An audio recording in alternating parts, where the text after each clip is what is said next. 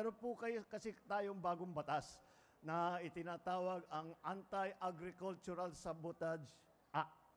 Ibig sabihin na ginagawa natin ang lahat ng pamamaraan upang pababain ang presyo ng pagkain. Kasi sa smuggling, ang ginagawa po, ini-smuggle nila, pinapasok nila, tapos iipitin, hindi ilalabas. Mag-aantay hanggang tumaas ang presyo. Pag tumaas ang presyo, saka nila pagbibili. Kaya't yun ang iniiwasan natin dahil ang nabibiktima dyan ay ang taong bayan. Kaya't hindi natin papayagan na matuloy na yung mga ganyang klaseng sistema.